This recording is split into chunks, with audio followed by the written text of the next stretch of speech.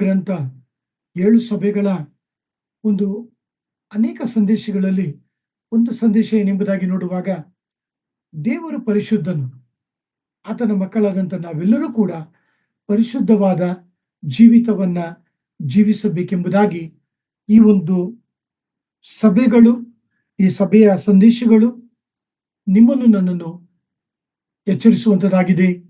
ಮತ್ತು ನಿಮ್ಮೊಂದಿಗೆ ನನ್ನೊಂದಿಗೆ ದೇವರಾತ್ಮನ ಮೂಲಕ ದೇವರು ಮಾತನಾಡುವಾತನಾಗಿದ್ದಾನೆ. ಪ್ರಿಯ ದೈವಜನರೇ, ಕಳೆದ ದಿನಗಳಲ್ಲೂ ಕೂಡ ಪೆರ್ಗಮ ಸಭೆಯನ್ನ ನಾವು ಕುರಿತು ಧ್ಯಾನಿಸಿದ್ದೇವೆ. ಪೆರ್ಗಮ ಸಭೆಯನ್ನ ನಾವು ನೋಡುವಾಗ ಅದು ಲೋಕದ ಜೊತೆಗೆ ವಿವಾಹವಾಗಿತ್ತು, ಲೋಕದ ಜೊತೆಗೆ ಸಂಧಾನವನ್ನ ಮಾಡಿಕೊಂಡಂತ ಸಭೆಯಾಗಿ ಅದು ಕಂಡು ಬಂದಿತೆಂಬುದಾಗಿ ನಾವು ಅನೇಕ ವಿಧವಾಗಿ ಈ ವಾಕ್ಯ ಭಾಗಗಳನ್ನ ನಾವು ಧ್ಯಾನಿಸ್ತಾ ಬರ್ತಾ ಇದ್ದೇವೆ. ಪದೇ ಪದೇ ವಾಕ್ಯಗಳನ್ನ ಧ್ಯಾನಿಸುವುದು, ಅದರ ಅರ್ಥಗಳನ್ನ ತಿಳಿದುಕೊಳ್ಳುವುದರ ಮೂಲಕ ಈ ಒಂದು ವಾಕ್ಯ ಭಾಗ ನಮ್ಮೆಲ್ಲರಿಗೂ ಕೂಡ ಬಹಳ ಸ್ಪಷ್ಟವಾಗಿ ಅರ್ಥ ಮಾಡಿಕೊಳ್ಳಲು ಸಹಾಯವಾಗುವಂಥದ್ದಾಗಿದೆ. ಈ ಪೆರ್ಗಮ ಎಂಬತಕ್ಕಂಥ ಸಭೆ ಇದ್ದಂಥ ಸ್ಥಳ ನವೀನ ಟರ್ಕಿ, ಮಾಡ್ರನ್ ಟರ್ಕಿ ಎಂಬುದಾಗಿ ಕರೆಯುತ್ತಾರೆ. ಈಗ ಪೆರ್ಗಮ ಸಭೆ ಇಲ್ಲ, ಆದರೆ ಆ ಪೆರ್ಗಮ ಸಭೆ ಇದ್ದಂಥ ಸ್ಥಳದಲ್ಲಿ ಪಿ ಜಾಗದಲ್ಲಿ ಬಿ ಎಂಬ ಪದ ಬಳಸಲ್ಪಟ್ಟಿದೆ.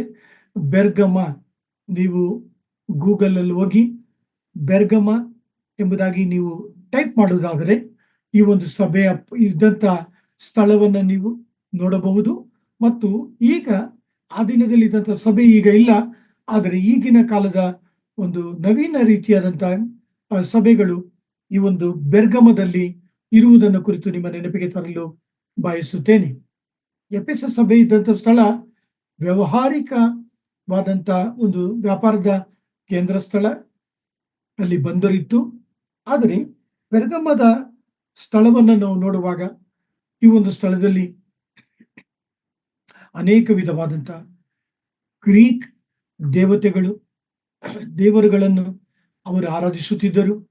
ಕಳೆದ ದಿನಗಳಲ್ಲೂ ನಾನು ನಿಮ್ಮ ಗಮನಕ್ಕೆ ತಂದೆ, ಆಕ್ಲಿಪಿಯಸ್ ಈ ಆರೋಗ್ಯವನ್ನ ಕೊಡುವಂತ ದೇವತೆ ಎಂಬುದಾಗಿ ಅದನ್ನ ಅವರು ಪೂಜಿಸುತ್ತಿದ್ದರು. ಆ ಆಲಯದಲ್ಲಿ ಹಾವುಗಳು ಹರಿದಾಡುತ್ತಿತ್ತು. ಹಾವುಗಳು ವಿಷಕಾರಿ ಅಲ್ಲದ ಹಾವುಗಳು ತಮ್ಮ ಮೇಲೆ ಅದು ಬರುವಾಗ ತಮಗೆ ಸ್ವಸ್ಥತೆವಾಗುತ್ತದೆ ಎಂಬುದಾಗಿಯೂ ಕೂಡ ಅವರು ನಂಬಿದರು. ಮತ್ತೊಂದು ಅವರ ಒಂದು ಆರಾಧಿಸುವ ಸ್ಥಳ ಜ್ಯೂಸ್ ಎಂಬತಕ್ಕಂಥ ಸ್ಥಳ, ಅದರ ಉದ್ದ, ಅದರ ಅಗಲ, ಅದರ ಎತ್ತರವನ್ನು ಕೂಡ ನಿಮ್ಮೊಂದಿಗೆ ನಾನು ಹಂಚಿಕೊಂಡಿದ್ದೇನೆ. ಈ ರೀತಿಯಾಗಿ ಅವರು ವಾಸ ಮಾಡುತ್ತಿದ್ದಂಥ ಆ ಒಂದು ಸ್ಥಳದಲ್ಲಿ, ಆ ಒಂದು ಪ್ರದೇಶದಲ್ಲಿ ಚಕ್ರವರ್ತಿಯ ಆರಾಧನೆ, ಗ್ರೀಕ್ ದೇವತೆಗಳ ಆರಾಧನೆ ಮತ್ತು ರೋಮ ಚಕ್ರವರ್ತಿಗೆ ಅವರು ಯಜ್ಞವನ್ನ ಸಮರ್ಪಿಸಿದಂಥ ಆ ಒಂದು ಮಾಂಸವನ್ನ ಮಾರುಕಟ್ಟೆಯಲ್ಲಿ ಮಾರುವಂತವರಾಗಿದ್ದರು. ಅದನ್ನ ಅಲ್ಲಿದ್ದಂಥ ಎಲ್ಲರೂ ಕೂಡ ಭುಜಿಸುವಂತವರಾಗಿದ್ದರು.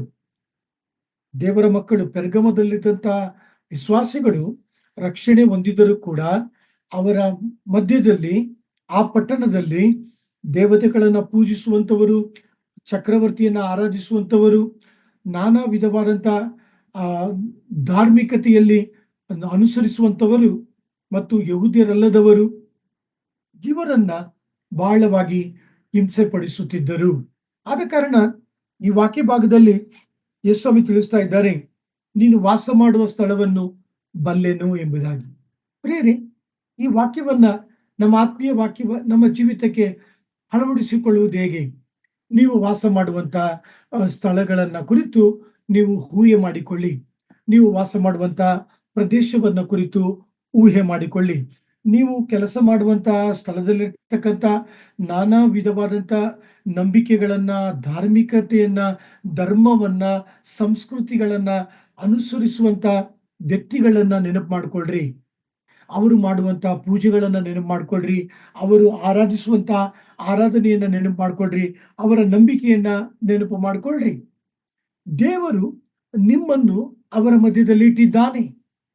ಪ್ರಿಯರೇ, ಕ್ರೈಸ್ತ ಜೀವಿತ ಎಂಬತಕ್ಕಂಥದ್ದು ಯಾವುದೋ ಒಂದು ದೂರದ ಸ್ಥಳದಲ್ಲಿ ಹೋಗಿ ಎಲ್ಲರಿಂದ ಪ್ರತ್ಯೇಕವಾಗಿ ಜೀವಿಸುವಂತ ಜೀವಿತವಲ್ಲ. ದೇವರು ನಿಮ್ಮ ಜೀವಿತದಲ್ಲಿ, ನನ್ನ ಜೀವಿತದಲ್ಲಿ ನಮ್ಮನ್ನು ಯಾವ ಸ್ಥಳದಲ್ಲಿ ಇಟ್ಟಿದ್ದಾನೋ, ನೀವು ಈ ಒಂದು ಸಂದೇಶವನ್ನ ನಿಮ್ಮ ಹೃದಯಕ್ಕೆ ತೆಗೆದುಕೊಳ್ಳಬೇಕೆಂಬುದರ ಸಲುವಾಗಿ ನಾನು ಬಹಳ ಆ, ಆಳವಾದಂತ ವಿವರಣೆಯೊಡನೆ ಮಾತನಾಡುತ್ತಿದ್ದೇನೆ. ಬೆಳಗಾವಿಯಲ್ಲಿ ದೇವರು ನಿಮ್ಮನ್ನ ಇಟ್ಟಿರಬಹುದು, ಹುಬ್ಬಳ್ಳಿಯಲ್ಲಿ ದೇವರು ನಿಮ್ಮನ್ನ ಇಟ್ಟಿರಬಹುದು, ಗೋವಾದಲ್ಲಿ ನಿಮ್ಮನ್ನ ಇಟ್ಟಿರಬಹುದು, ಬೆಂಗಳೂರಿನಲ್ಲಿ ನಿಮ್ಮನ್ನ ಇಟ್ಟಿರಬಹುದು. ನಿಮ್ಮನ್ನ ದೇವರು ಯಾವ ಪ್ರದೇಶದಲ್ಲಿ ಇಟ್ಟಿದ್ದಾರೋ, ಯಾವ ಸ್ಥಳದಲ್ಲಿ ಇಟ್ಟಿದ್ದಾರೋ ಆ ಸ್ಥಳದಲ್ಲಿಯೇ ನೀವು ನಾನು ದೇವರಿಗೆ ಸಾಕ್ಷಿಯಾಗಿ ಜೀವಿಸಬೇಕೆಂಬುದಾಗಿ ದೇವರು ತಿಳಿಸುತ್ತಿದ್ದಾನೆ. ಗಮನಿಸಿರಿ, ದೇವರು ಹೇಳುತ್ತಿದ್ದಾನೆ, ನಾನು ನಿನ್ನನ್ನು ಬಲ್ಲೆನೆಂಬುದಾಗಿ ಆತನು ತಿಳಿಸ್ತಾ ಇದ್ದಾನೆ. ಆತನು ನಮ್ಮ ಪೆರ್ಗಮದ ಸಭೆಯ ಮೂಲಕ ನಮ್ಮ ನೆನಪಿಗೆ ತರುವಂತ ಸಂಗತಿ ಏನೆಂದರೆ, ದೇವರು ನನ್ನನ್ನು ತಿಳಿದಿದ್ದಾನೆ, ದೇವರು ನನ್ನ ಜೀವಿತದಲ್ಲಿರ್ತಕ್ಕಂಥ ಒತ್ತಡವನ್ನು ತಿಳಿದಿದ್ದಾನೆ, ದೇವರು ನನ್ನ ಜೀವಿತದಲ್ಲಿರ್ತಕ್ಕಂಥ ಟೆಂಪ್ಟೇಷನ್ಸ್, ಶೋಧನೆಗಳನ್ನ ದೇವರು ತಿಳಿದಿದ್ದಾನೆ, ದೇವರು ನನ್ನ ಜೀವಿತದಲ್ಲಿ ನಾನು ಅನುಭವಿಸುವಂತಹ ಸಮಸ್ಯೆಗಳನ್ನ ತಿಳಿದಿದ್ದಾನೆ. ಇವೆಲ್ಲವನ್ನ ದೇವರು ತಿಳಿದಿದ್ದರು ದೇವರು ಮೌನವಾಗಿಲ್ಲ. ದೇವರು ನಮ್ಮ ಜೀವಿತಗಳಲ್ಲಿ ಆತನು ಸಹಾಯ ಮಾಡಲು ಸಿದ್ಧನಾಗಿದ್ದಾನೆ. ಪ್ರಿಯ ದೈವಜನರೇ, ಎಂಥ ಅದ್ಭುತವಾದಂಥ ಕರ್ತನು ನಮ್ಮೊಂದಿಗಿದ್ದಾನೆ. ದೇವರ ಮಕ್ಕಳಾದಂಥ ನಾವುಗಳು ನಂಬಿಕೆಯಲ್ಲಿ ನಡೆಯಬೇಕೆಂಬುದಾಗಿ ಪೆರ್ಗಮ ಸಭೆಯ ಒಂದು ಸಂದೇಶದ ಮೂಲಕ ದೇವರು ಮಾತನಾಡುತ್ತಿದ್ದಾನೆ. ಸೊ ಪ್ರಿಯ ದೈವಜನರೇ, ನೀವಿರುವಂತಹ ಸ್ಥಳಗಳಲ್ಲಿ, ನಿಮ್ಮ ಸ್ನೇಹಿತರ ಮಧ್ಯದಲ್ಲಿ, ನಿಮ್ಮ ಬಂಧುಗಳ ಮಧ್ಯದಲ್ಲಿ ಯಾವ ರೀತಿಯಾದಂಥ ವಿರೋಧತ್ವವನ್ನ ನೀವು ಎದುರಿಸುತ್ತಿದ್ದೀರಿ, ಅಥವಾ ಯಾವ ರೀತಿಯಾದಂಥ ಸವಾಲುಗಳನ್ನ ನೀವು ಎದುರಿಸುತ್ತಿದ್ದೀರಿ? ದೇವರು ತಾನೇ ನಮ್ಮೆಲ್ಲರಿಗೂ ಕೂಡ ಎಲ್ಲಾ ವಿಧವಾದಂಥ ಶೋಧನೆಗಳನ್ನ, ವಿರೋಧತ್ವಗಳನ್ನ, ಪರೀಕ್ಷೆಗಳನ್ನ ಸಹಿಸಿಕೊಳ್ಳುವಂತೆಯೂ ಎದುರಿಸುವಂತೆಯೂ ತನ್ನ ಅಪಾರವಾದ ಕೃಪೆಯನ್ನ ದಯಪಾಲಿಸಲಿ. ವಾಕ್ಯಕ್ಕೆ ಒತ್ತು ಕೊಡಲು ಬಯಸುತ್ತೇನೆ. ಕೊಲೊಸ್ಸೆ ಪತ್ರಿಕೆ 1ನೇ ಅಧ್ಯಾಯ 11-12 ವಾಕ್ಯಗಳು ಓದುವುದನ್ನು ಕೇಳಿಸಿಕೊಳ್ಳೋಣ. Colossians chapter 1 verses 11 and 12. Let us hear the reading. ಆತನ ಮಹಿಮಾ ಶಕ್ತಿಯ ಪ್ರಕಾರ ಪರಿಪೂರ್ಣ ಬಲ ಹೊಂದಿ ಬಲಿಷ್ಠರಾಗಿ ಆನಂದಪೂರ್ವಕವಾದ ತಾಳ್ಮೆಯನ್ನು ದೀರ್ಘಶಾಂತಿಯನ್ನು ಯಾವಾಗಲೂ ತೋರಿಸುವವರಾಗಿರಬೇಕೆಂತಲೂ ಬೆಳಕಿನ ರಾಜ್ಯದೊಳಗೆ ದೇವಜನರ ಬಾಧ್ಯತೆಯಲ್ಲಿ ಪಾಲುಗಾರರಾಗುವುದಕ್ಕೆ ನಿಮ್ಮನ್ನು ಯೋಗ್ಯರನ್ನಾಗಿ ಮಾಡಿದ ತಂದೆಗೆ ಕೃತಜ್ಞತಾಸ್ತುತಿ ಮಾಡುವವರಾಗಿರಬೇಕೆಂತಲೂ ದೇವರನ್ನು ಬೇಡಿಕೊಳ್ಳುತ್ತೇವೆ. ಗಮನಿಸಿರಿ, ಎಲ್ಲಾ ವಿಧವಾದಂತ ಬಲ, God may strengthen all of us with his power.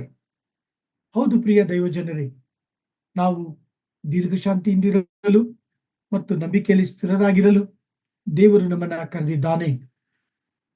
ನೀವು ನಮ್ಮ ಸುತ್ತಲೂ ಪೆರ್ಗಮದಂತ ಪರಿಸ್ಥಿತಿ ಇದೆ. ಎಷ್ಟು ಜನ ನಂಬುತ್ತೀರಾ? ನಾವು ವಾಸ ಮಾಡುವಂತ ಸ್ಥಳಗಳಲ್ಲಿ, ನಾವು ಕೆಲಸ ಮಾಡುವಂತಹ ಸ್ಥಳಗಳಲ್ಲಿ, ನಾವು ಸಂಧಿಸುವಂತ ವ್ಯಕ್ತಿಗಳಲ್ಲಿ ನಾವು ಗಮನಿಸುವುದಾದರೆ ಪೆರ್ಗಮದಂತ ಪರಿಸ್ಥಿತಿ ಇದೆ.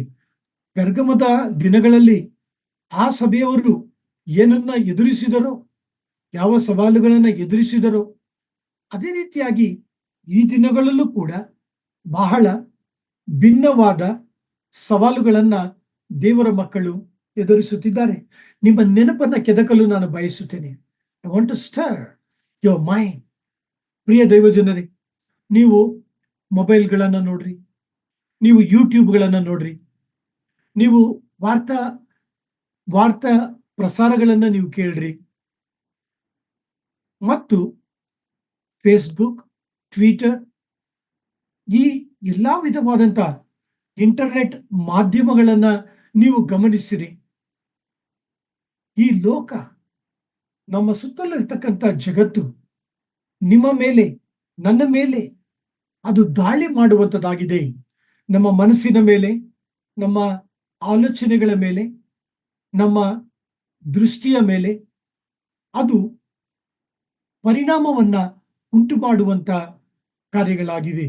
ನಾವು ನೋಡುವಂತ ದೃಶ್ಯಗಳು, ನಾವು ಕೇಳುವಂತ ಧ್ವನಿಗಳು, ನಾವು ಓದುವಂತ ಲೌಕಿಕ ಸಂಗತಿಗಳು, ಇವೆಲ್ಲವೂ ಕೂಡ ಪೆರ್ಗಮದ ಸಭೆ ಆ ದಿನಗಳಲ್ಲಿ ಯಾವ ರೀತಿಯಾಗಿ ತಾಕಲ್ಪಟ್ಟಿತೋ ಅದೇ ರೀತಿಯಾಗಿ ನೀವು ನಾನು ಕೂಡ ತಾಕಲ್ಪಡುತ್ತಿದ್ದೇವೆ.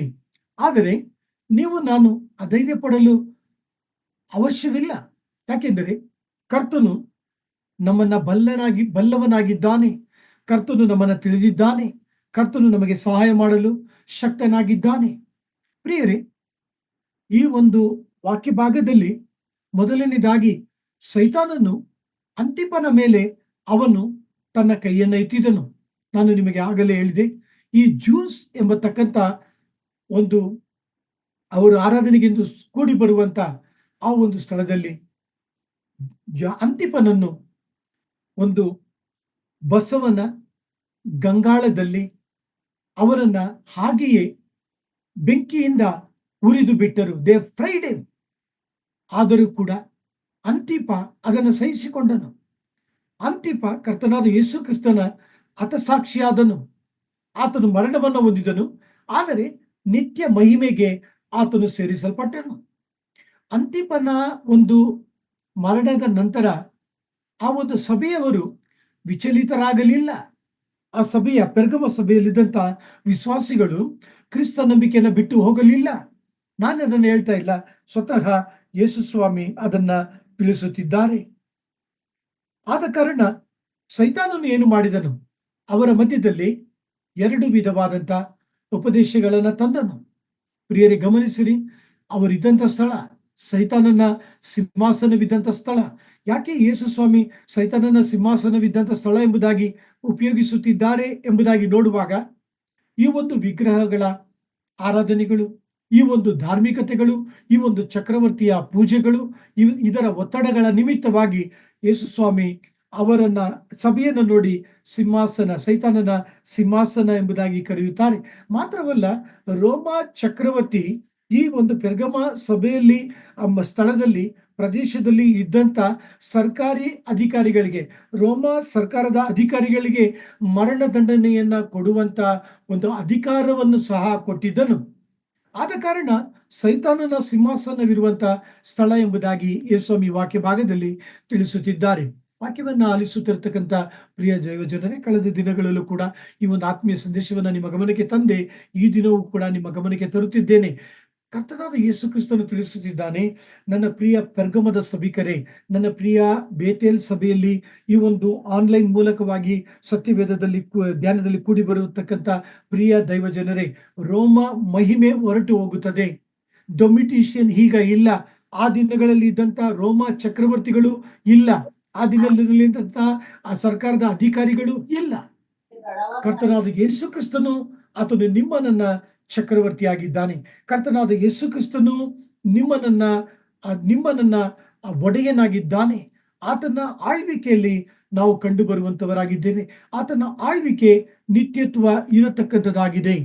ಸಿಂಹಾಸನ ಇರುವಂತ ಸ್ಥಳ ಎಂಬ ಒಂದು ಮಾತಿಗೆ, ಪದಕ್ಕೆ ನಮ್ಮ ಜೀವಿತದಲ್ಲಿ ಅದನ್ನ ಆತ್ಮೀಯವಾದಂತ ಪದವನ್ನಾಗಿ ಮಾಡಲು, ವಾಕ್ಯವನ್ನಾಗಿ ಮಾಡಲು ಬಯಸುತ್ತೇನೆ. ನಮ್ಮ ಸತ್ಯವೇದಗಳನ್ನ ಎಫೆಸ ಪತ್ರಿಕೆ 6ನೇ ಅಧ್ಯಾಯ 10ನೇ ವಾಕ್ಯದ ಕಡೆಗೆ ತಿರುಗಿಸಿಕೊಳ್ಳೋಣ. Let us hear the reading. Ephesians chapter 6 verse 10.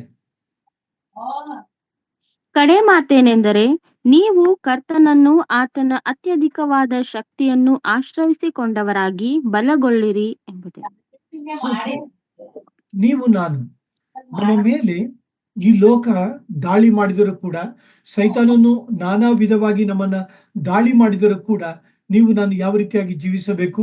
ಕರ್ತನನ್ನು, ಆತನ ಅತ್ಯಧಿಕವಾದ ಶಕ್ತಿಯನ್ನು ಆಶ್ರಯಿಸಿಕೊಂಡವರಾಗಿ ಜೀವಿಸಿರಿ ಎಂಬುದಾಗಿ ದೇವರ ವಾಕ್ಯ ತಿಳಿಸ್ತದೆ. ಮತ್ತೊಂದು ಈ ವಾಕ್ಯಕ್ಕೆ ಮತ್ತೊಂದು ವಾಕ್ಯವನ್ನು ಕೂಡಿಸಲು ಬಯಸುತ್ತೇನೆ. ಲೂಕ ಬರೆದ ಸುವಾರ್ತೆ Luke Gospel. Let us turn our Bibles to Luke Gospel chapter 22. ಲೂಕ ಬರೆದ ಸುವಾರ್ತೆ 22ನೇ ಅಧ್ಯಾಯ 40ನೇ ವಾಕ್ಯ. Luke 22 verse 40. Let us hear the reading. ಆತನು ಕ್ಲುಪ್ತ ಸ್ಥಳಕ್ಕೆ ಬಂದಾಗ ಅವರಿಗೆ, ನೀವು ಶೋಧನೆಗೆ ಒಳಗಾಗದಂತೆ ದೇವರನ್ನು ಪ್ರಾರ್ಥಿಸಿರಿ ಎಂದು ಹೇಳಿದನು. ನೀವು ನಾನು ನಮ್ಮ ಆತ್ಮೀಯ ಜೀವಿತದಲ್ಲಿ, ನಾವು ಇರುವಂತ ಸ್ಥಳಗಳಲ್ಲಿ, ನಾವು ಇರುವಂತ ಸಮಾಜದಲ್ಲಿ, ಬೇರೆ ಬೇರೆ ವಿಧವಾದಂತ ಸಂಸ್ಕೃತಿಯ ಜನರ ಮಧ್ಯದಲ್ಲಿ ನಾವು ಜೀವಿಸುವಾಗ ನಮ್ಮ ಜೀವಿತ ಹೇಗಿರಬೇಕೆಂಬುದಾಗಿ ದೇವರು ಪೆರ್ಗಮ ಸಭೆಯ ಮೂಲಕವಾಗಿ ಮಾತನಾಡುತ್ತಿದ್ದಾನೆ.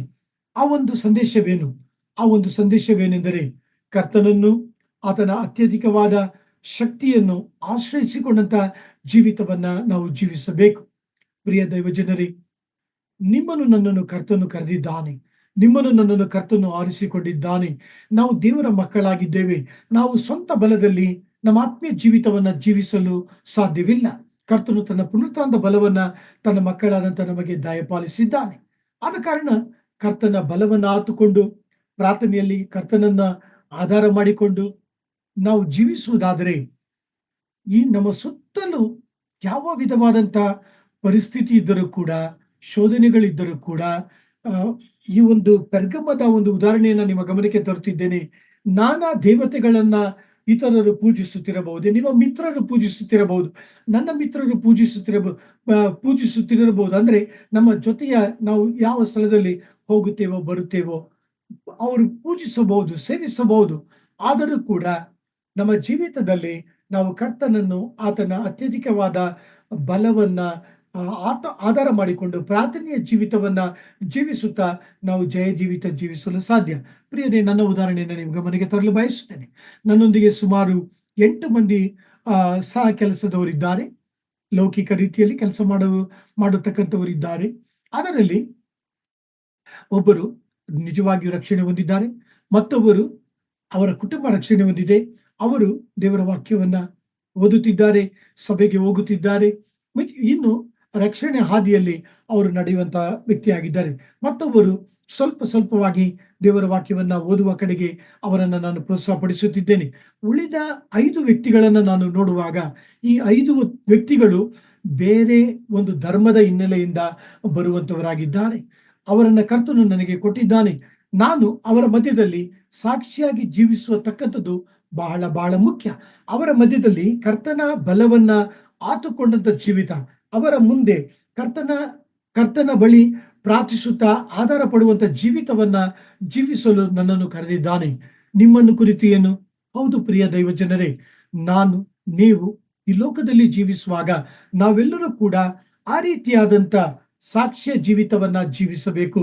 ಪ್ರಿಯ ದೈವಜನರೇ, ದೇವರ ವಾಕ್ಯ ಹೇಳುತ್ತದೆ, ಲೋಕದ ಜೊತೆಗೆ ಈ ಜೋಡಾಗಬೇಡಿರಿ. ಪ್ರಿಯರೇ, ದೇವರು ತಿಳಿಸ್ತಾ ಇಲ್ಲ ನೀನು ಲೋಕವನ್ನ ಬಿಟ್ಟು ಬಾ ಎಂಬುದಾಗಿ ದೇವರು ತಿಳಿಸ್ತಾ ಇಲ್ಲ. ಆದರೆ ಲೋಕದ ಜೊತೆಗೆ ಇಜ್ಜೋಡಾಗಬೇಡಿರಿ, ಲೋಕದ ಜೊತೆಗೆ ಬೆರೆಯಬೇಡಿರಿ ಎಂಬುದಾಗಿ ದೇವರ ವಾಕ್ಯ ತಿಳಿಸುವಂತದ್ದಾಗಿದೆ. ಆದ ಕಾರಣ ಕ್ರೈಸ್ತ ಜೀವಿತ ಎಂಬತಕ್ಕಂಥದ್ದು ಬಹಳ ಜಾಗರೂಕತೆಯ ಜೀವಿತವಾಗಿರಲಿ. ಕ್ರೈಸ್ತ ಜೀವಿತ ಎಂಬತಕ್ಕಂಥದ್ದು ಪ್ರತ್ಯೇಕಿಸಲ್ಪಟ್ಟಂತ ಜೀವಿತ. ಪ್ರಿಯ ದೈವಜನರೇ, ಕ್ರೈಸ್ತ ಜೀವಿತ ಎಂಬತಕ್ಕಂಥದ್ದು ಪರಿಶುದ್ಧವಾದ ಜೀವಿತ. ಸೊ ಮತ್ತೊಂದು ಉದಾಹರಣೆಯನ್ನು ನಿಮ್ಮ ಗಮನಕ್ಕೆ ತರಲು ಬಯಸುತ್ತೇನೆ. ನನ್ನ ಜೊತೆ ಸಬ್ ಎಂಡರ್ ಎಂಬುದಾಗಿ ಕರೆಯುತ್ತೇವೆ. ಅವರು ನನಗೆ ಕೆಲಸಗಳನ್ನ ಮಾಡಿಕೊಡುತ್ತಾರೆ, ನಾನು ಅವರಿಗೆ ಕೆಲಸಗಳನ್ನ ಮಾಡಿಕೊಡುತ್ತೇನೆ. ಅವರ ಹೆಸರು ಲಕ್ಷ್ಮಣ್ ಎಂಬುದಾಗಿ. ಸೊ ಪ್ರಿಯರೇ, ಇವರನ್ನ ಕುರಿತು ಏನು? ಇವರು ಆರಂಭ ದಿನಗಳಲ್ಲಿ ದಸರಾ ಪೂಜೆಗಳನ್ನ ಮಾಡುವಾಗ, ಅಂದ್ರೆ ಅವರು ಮಾಡುವಂತ ಕೆಲಸಕ್ಕೆ ಬಳಸುವಂತ ವಸ್ತುಗಳನ್ನಿಟ್ಟು ಅವರು ಪೂಜೆ ಮಾಡ್ತಾರೆ. ಆ ಒಂದು ಸಮಯದಲ್ಲಿ ಅವರು ನನ್ನನ್ನು ಆಹ್ವಾನಿಸುತ್ತಿದ್ದರು. ಸರ್, ನಾಳೆ ಪೂಜೆ ಇದೆ, ದಯಮಾಡಿ ಬನ್ನಿ ಸರ್, ಮತ್ತು ನಿಮ್ಮ ಹುಡುಗರಿಗೂ ಹೇಳಿ ಸರ್ ಪೂಜೆಗೆ ಬರುವಂತೆ ಹೇಳಿ ಎಂಬುದಾಗಿ ಕೇಳ್ಕೊತಾ ಇದ್ರು. ನಾನು ಎಂದೂ ಕೂಡ ಅದಕ್ಕೆ ನಾನು ಪ್ರೋತ್ಸಾಹ ಅವರಿಗೆ ತೋರಲಿಲ್ಲ ಮತ್ತು ನಾನು ನಿಜವಾದ ಕಾರಣಗಳನ್ನ ಅವರಿಗೆ ಕೊಡುತ್ತಿದ್ದೆ. ತದನಂತರ ದಿನಗಳಲ್ಲಿ ಅವರು ಹೇಳಿದಂತ ಸಂಗತಿ ಏನೆಂದರೆ, ಸರ್, ನೀವು ಈ ಪೂಜೆಗಳಲ್ಲಿ ನೀವು ಪಾಲು ತೆಗೆದುಕೊಳ್ಳುವುದಿಲ್ಲ ಎಂಬುದಾಗಿ ನನಗೆ ಗೊತ್ತಿದೆ, ಆದ ಕಾರಣ ನಾನು ನಿಮ್ಮನ್ನ ಆಹ್ವಾನಿಸುವುದಿಲ್ಲ ಎಂಬುದಾಗಿ ತಿಳಿಸಿದರು. ಪ್ರಿಯ ದೈವಜನರೇ, ನನ್ನ ಜೀವಿತದಲ್ಲಿ ಒಂದು ಮಾದರಿಯನ್ನ ಇತರರು ಗಮನಿಸುವಂತ ಜೀವಿತವನ್ನ ನಾವು ಜೀವಿಸಬೇಕು. ಪ್ರಿಯರೇ, ರಕ್ಷಣೆ ಹೊಂದದೇ ಇದ್ದಂತ ನನ್ನ ದಿನಗಳಲ್ಲಿ ಸತೀಶ್ ಎಂಬ ಸ್ನೇಹಿತ 8ನೇ ತರಗತಿಯಲ್ಲಿ ನಾನು ಓದುವಾಗ ರಾಘವೇಂದ್ರ ಸ್ವಾಮಿ ದೇವಸ್ಥಾನಕ್ಕೆ ನನ್ನನ್ನು ಕರೆದುಕೊಂಡು ಹೋಗ್ತಾ ಇದ್ದ. ಪ್ರತಿ ಗುರುವಾರ ಮತ್ತು ಅಲ್ಲಿ ಅಕ್ಷತೆ ಕಾಳು ಹಾಕೋತಾ ಇದ್ರು, ನಾನು ಅಕ್ಷತೆ ಕಾಳು ಹಾಕೋತಾ ಇದ್ದೆ. ಅಲ್ಲಿ ಪ್ರಸಾದ ಕೊಡ್ತಾ ಇದ್ರು, ನಾನು ತಿಂತಾ ಇದ್ದೆ. ಪೂಜ್ಯ ರಾಘವೇಂದ್ರ ನಮಃ ಸತ್ಯ ಧರ್ಮ ರಥಾಯ ಚ ಭಜತಾಂ ಕಲ್ಪವೃಕ್ಷಾಯ ನಮಃ ಎಂಬುದಾಗಿ ನಾನು ಕೂಡ ಶ್ಲೋಕ ಹೇಳ್ತಾ ಇದ್ದೆ.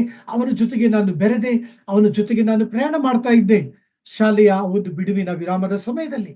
ಆದರೆ ನಿಜವಾದ ದೇವರನ್ನ ಕಂಡುಕೊಂಡ ನಂತರ, ರಕ್ಷಣೆ ಹೊಂದಿದ ನಂತರ, ನನ್ನ ಜೀವಿತದಲ್ಲಿ ಕರ್ತನು ರಕ್ಷಣಾ ಕಾರ್ಯವನ್ನ ಮಾಡಿದ ನಂತರ, ನನ್ನ ಜೀವಿತದಲ್ಲಿ ಕರ್ತನು ತನ್ನ ಮಾರ್ಗದಲ್ಲಿ ನನ್ನನ್ನು ನಡೆಸುವಂತ ವಿಧಾನದಲ್ಲಿ, ನನ್ನ ಜೀವಿತದಲ್ಲಿ ಕರ್ತನ ಒಂದು ಚಿತ್ತದಲ್ಲಿ ನಡೆಸುವಾಗ, ಕರ್ತನ ಉದ್ದೇಶದಲ್ಲಿ ನಾನು ನಡೆಯುವಾಗ ಪ್ರತ್ಯೇಕತೆ ಮತ್ತು ನಮ್ಮ ನಡೆಯಲ್ಲಿನ ಭಿನ್ನತೆಯನ್ನ ಇತರರಿಗೆ ನಾವು ತೋರ್ಪಡಿಸಬೇಕು. ಬಲವಂತದಿಂದಲ್ಲ, ಮಾದರಿಯ ಜೀವಿತವನ್ನ ಜೀವಿಸುವುದರ ಮೂಲಕವಾಗಿ. ಪ್ರಿಯರೇ, ನೀವು ವಾಸ ಮಾಡುವಂಥ ಸ್ಥಳಗಳಲ್ಲಿ, ನಾನು ವಾಸ ಮಾಡುವಂಥ ಸ್ಥಳಗಳಲ್ಲಿ, ಸಮಾಜದಲ್ಲಿ, ನಾವು ಬೆರೆಯುವಂಥ ಜನರ ಮಧ್ಯದಲ್ಲಿ ಈ ಒಂದು ಜೀವಿತ, ಕ್ರೈಸ್ತ ಜೀವಿತ ಎಂಬತಕ್ಕಂಥದ್ದು ಒಂದು ಸವಾಲಿನ ಜೀವಿತವಾಗಿದೆ. ಮತ್ತೊಂದು ಉದಾಹರಣೆಯನ್ನು ನಿಮ್ಮ ಗಮನಕ್ಕೆ ತರಲು ಬಯಸುತ್ತೇನೆ. ನನ್ನ ಮಿತ್ರನ ಹೆಸರು ರಕ್ಷಣೆ ಹೊಂದಿದ್ದಾರೆ. ಅವರ ಹೆಸರು ಪಾಂಡುರಾವ್ ಎಂಬುದಾಗಿ. ಅವರು ಪಾನಿಪುರಿಯನ್ನ ಉತ್ಪಾದನೆ ಮಾಡಿ, ಪೂರಿಗಳನ್ನ ಉತ್ಪಾದನೆ ಮಾಡಿ ಅನೇಕ ಅಂಗಡಿಗಳಿಗೆ ಅವರು ಮಾರುವಂತವರಾಗಿದ್ದರು. ಅವರು ವಾಸ ಮಾಡುವಂಥ ಸ್ಥಳ ಶ್ರೀರಾಮಪುರದಲ್ಲಿ. ಮತ್ತು ಅಲ್ಲಿ ವರ್ಷ ದೇವತೆಗಳನ್ನ ಇಟ್ಟು ಪೂಜೆ ಮಾಡುವಾಗ ಇವರ ಬಳಿ ಬಂದು ಹಣಕ್ಕಾಗಿ ಬಹಳವಾಗಿ ಒತ್ತಾಯ ಮಾಡ್ತಾ ಇದ್ರು. ಈ ತರ ನಾವು ಪೂಜೆ ಮಾಡ್ತಾ ಇದ್ದೇವೆ, ನೀವು ಹಣವನ್ನ ಸಹಾಯ ಮಾಡ್ರಿ. ಆತನಿಗೆ ಎಷ್ಟೊಂದು ಹಿಂಸೆ ಕೊಡ್ತಾ ಇದ್ರಂದ್ರೆ, ಎಷ್ಟೊಂದು ಕಷ್ಟ ಕೊಡ್ತಾ ಇದ್ರಂದ್ರೆ, ಎಷ್ಟೊಂದು ಒತ್ತಡ ಕೊಡ್ತಾ ಇದ್ರಂದ್ರೆ, ಕೊಟ್ಟರೂ ಕೂಡ ಆತನು ಎಂದೂ ಕೂಡ ಅವರಿಗೆ ಆ ವಿಷಯದಲ್ಲಿ ಹಣ ಸಹಾಯ ಮಾಡಲು ಹೋಗಲಿಲ್ಲ. ಆತನು ಯಾವಾಗಲೂ ಹೇಳ್ತಾ ಇದ್ದನು, ನೋಡಿ ಸಹೋದರರೇ, ನಾವು ಈ ರೀತಿಯಾಗಿ ಇತರರಿಗೆ ಸಹಾಯ ಮಾಡುವಂಥದ್ದು, ಇತರರಿಗೆ ದಾನ ಮಾಡುವಂಥ ಸೇವೆಗಳಲ್ಲಿ ನಮ್ಮನ್ನು ತೊಡಗಿಸಿಕೊಂಡಿದ್ದೇವೆ. ನಾವು ಯೇಸುಸ್ವಾಮಿಯನ್ನು ಆರಾಧಿಸುವಂಥವರಾಗಿದ್ದೇವೆ. ಈ ರೀತಿಯಾಗಿ ನಾವು ಇತರ ಚಟುವಟಿಕೆಗಳಲ್ಲಿ ನಾವು ಭಾಗವಹಿಸುವುದಿಲ್ಲ ಎಂಬುದಾಗಿ ಮತ್ತು ಸ್ಪಂದಿಸುವುದಿಲ್ಲ ಎಂಬುದಾಗಿ ತಮ್ಮ ಒಂದು ನಿರ್ಧಾರವನ್ನ ಅವರು ತಿಳಿಸುವಂಥವರಾಗಿದ್ದರು. ಪೆರ್ಗಮ ಸಭೆಯನ್ನು ನಾವು ನೋಡುವಾಗ ಆ ಸಭೆಯಲ್ಲಿ ಇದ್ದಂಥ ಎಲ್ಲರೂ ಕೂಡ, ಆ ಒಂದು ಊರಿನಲ್ಲಿ ಇದ್ದಂಥ, ಪೆರ್ಗಮದಲ್ಲಿ ಇದ್ದಂಥ ಎಲ್ಲರೂ ಕೂಡ ವರ್ಷಕ್ಕೆ ಒಮ್ಮೆಯಾದರೂ ಚಕ್ರವರ್ತಿಯ ಆಲಯಕ್ಕೆ ಹೋಗಿ ಚಕ್ರವರ್ತಿಗೆ ಯಜ್ಞವನ್ನ ಮಾಡಬೇಕು, ಚಕ್ರವರ್ತಿಗೆ ಆರಾಧನೆಯನ್ನ ಮಾಡಬೇಕು. ಅಷ್ಟೊಂದು ಸವಾಲಿನಿಂದ ಕೂಡಿದಂತ ಒಂದು ಸ್ಥಳ. ಅಲ್ಲಿ ಪೆರ್ಗಮದ ವಿಶ್ವಾಸಿಗಳು ಕ್ರಿಸ್ತನನ್ನ ಬಿಟ್ಟುಕೊಡಲಿಲ್ಲ, ಕ್ರಿಸ್ತನಿಗೋಸ್ಕರವಾಗಿ ನಿಂತರು. ಪ್ರಿಯ ದೈವಜನರೇ, ಒಂದು ವೇಳೆ ನೀವು ನಾನು ಈ ಲೋಕದಲ್ಲಿ ಪೆರ್ಗಮದ ವಿಶ್ವಾಸಿಗಳಾಗಿ ಶೋಧನೆಯನ್ನ ಎದುರಿಸದೆ ಹೋಗಬಹುದು, ಸವಾಲುಗಳನ್ನ ಎದುರಿಸದೆ ಹೋಗಬಹುದು. ಆದರೆ ದೇವರ ವಾಕ್ಯ ನಿಮ್ಮನ್ನು ನನ್ನನ್ನು ಎಚ್ಚರಿಸುತ್ತದೆ. ನೀವು ನಾನು ಜಾಗರೂಕತೆಯ ಜೀವಿತ, ಪ್ರತ್ಯೇಕಿಸಲ್ಪಟ್ಟಂತ ಜೀವಿತ, ಕ್ರೈಸ್ತ ಜೀವಿತವನ್ನ ಜೀವಿಸಲು ಕರೆಯಲ್ಪಟ್ಟಿದ್ದೇವೆ. ಮೊದಲನೇದಾಗಿ, ಅಂತಿಪನನ್ನ ಕೊಲ್ಲುವುದರ ಮೂಲಕ ಸೈತಾನನು ಪೆರ್ಗಮದ ವಿಶ್ವಾಸಿಗಳ ನಂಬಿಕೆಯನ್ನ ಹಾಳು ಮಾಡಲು ಬಯಸಿದನು. ಪೆರ್ಗಮದ ವಿಶ್ವಾಸಿಗಳು ಕ್ರಿಸ್ತ ನಂಬಿಕೆಯನ್ನ ಬಿಟ್ಟು ಓಡಿ ಹೋಗಲು ಆತನು ಪ್ರಯತ್ನಿಸಿದನು, ಆದರೆ ಅವರು ಓಡಿ ಹೋಗಲಿಲ್ಲ. ತದನಂತರ ಅವನು ಬಾಳಾಮನ ಬೋಧನೆಯನ್ನ ಅವರ ಮಧ್ಯದಲ್ಲಿ ತಂದನು. ಬಾಳಾಮನ ಬೋಧನೆಯನ್ನ ಕುರಿತು ಸತ್ಯವೇದ 3 ವಿಧವಾಗಿ ಮಾತನಾಡುತ್ತದೆ. ನಿಮ್ಮ ಸತ್ಯವೇದವನ್ನ 2 ಪೇತ್ರ 2ನೇ ಅಧ್ಯಾಯ 15ನೇ ವಾಕ್ಯಕ್ಕೆ ತಿರುಗಿಸಿಕೊಳ್ಳಿ. 2 Peter chapter 2 verse 15. Let us hear the reading. ಇವರು ನೀಟಾದ ಮಾರ್ಗವನ್ನು ಬಿಟ್ಟು ಬೆಯೋರನ ಮಗನಾದ ಬಿಳಾಮನ ಮಾರ್ಗವನ್ನು ಹಿಡಿದು ತಪ್ಪಿ ಹೋಗಿದ್ದಾರೆ. ಈ ಬಿಳಾಮನು ಅಧರ್ಮದಿಂದ ದೊರಕುವ ದ್ರವ್ಯವನ್ನು ಪ್ರೀತಿಸಿದನು ಎಂಬುದೇ. ಗಮನಿಸಿರಿ, ಈ ಬಿಳಾಮನ ಒಂದು ಬೋಧನೆ ಏನು? ಬಿಳಾಮನ ಬೋಧನೆ ಏನೆಂದ್ರೆ ಅಧರ್ಮದಿಂದ ದೊರಕುವಂತ ದ್ರವ್ಯ. ನಾನು ನಿಮಗೆ ಇಂದಿನ ದಿನಗಳಲ್ಲಿ ಹೇಳಿದ್ದೇನೆ, ಅವನು ರಾಜನಿಗೆ, ಬಾಲಾಕನಿಗೆ ಏನ್ ಹೇಳಿದ? ನನ್ನ ಮನೆ ತುಂಬುವಷ್ಟು ಚಿನ್ನ ಬೆಳ್ಳಿ ಕೊಟ್ಟರು ನನಗೇನು ಅದು ಉಪಯೋಗ, ನನಗೇನು ಪ್ರಯೋಜನ, ನಾನು ಇಸ್ರೇಲ್ ಮಕ್ಕಳನ್ನ ಶಪಿಸುವುದಿಲ್ಲ ಎಂಬುದಾಗಿ ಆತನು ತಿಳಿಸಿದ. ಅದರ ಅರ್ಥ ಏನು? ಅವನ ಒಂದು ಬೋಧನೆ ಏನು? ಅವನ ಒಂದು ಮಾರ್ಗವೇನು? ಅವನ ಒಂದು ಧಾರ್ಮಿಕತೆ ಏನು? ಹೇಗಾದರೂ ಅಧರ್ಮದ ಮೂಲಕ ದ್ರವ್ಯವನ್ನ ಸಂಪಾದಿಸಿಕೊಳ್ಳಬೇಕೆಂಬ ಬೋಧನೆ. ಪೆರ್ಗಮದಲ್ಲಿ ಇದ್ದಂಥ ವಿಶ್ವಾಸಿಗಳಿಗೆ ಅವರು ಏನು ಸಂದೇಶವನ್ನ ಕೊಡುತ್ತಿದ್ದಾರೆ ಎಂಬುದಾಗಿ ನೋಡುವಾಗ, ನೀವು ಯೇಸುಸ್ವಾಮಿಯನ್ನು ಆರಾಧನೆ ಮಾಡ್ರಿ ಮತ್ತು ಚಕ್ರವರ್ತಿಯನ್ನು ಆರಾಧನೆ ಮಾಡ್ರಿ. ನೀವು ಯೇಸುಸ್ವಾಮಿಯನ್ನು ಆರಾಧನೆ ಮಾಡ್ರಿ, ಅಲ್ಲಿ ದಿಯೋನ ಆ ದೇವತೆಯನ್ನು ಕೂಡ ಆರಾಧನೆ ಮಾಡ್ರಿ.